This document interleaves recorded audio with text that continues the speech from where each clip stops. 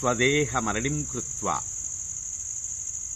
స్వదేహ మరణిం కృత్వా ప్రణవం చోత్తరారణిం ధ్యాన నిర్మధనాభ్యాస దేవం పశ్యే నిగూఢవత్. అంటే భగవంతుడు మనలోపలనే నిగూఢంగా అంతర్ముఖంగా హృదయ కమలంలో ప్రతిష్ఠితుడై ఉన్నాడు.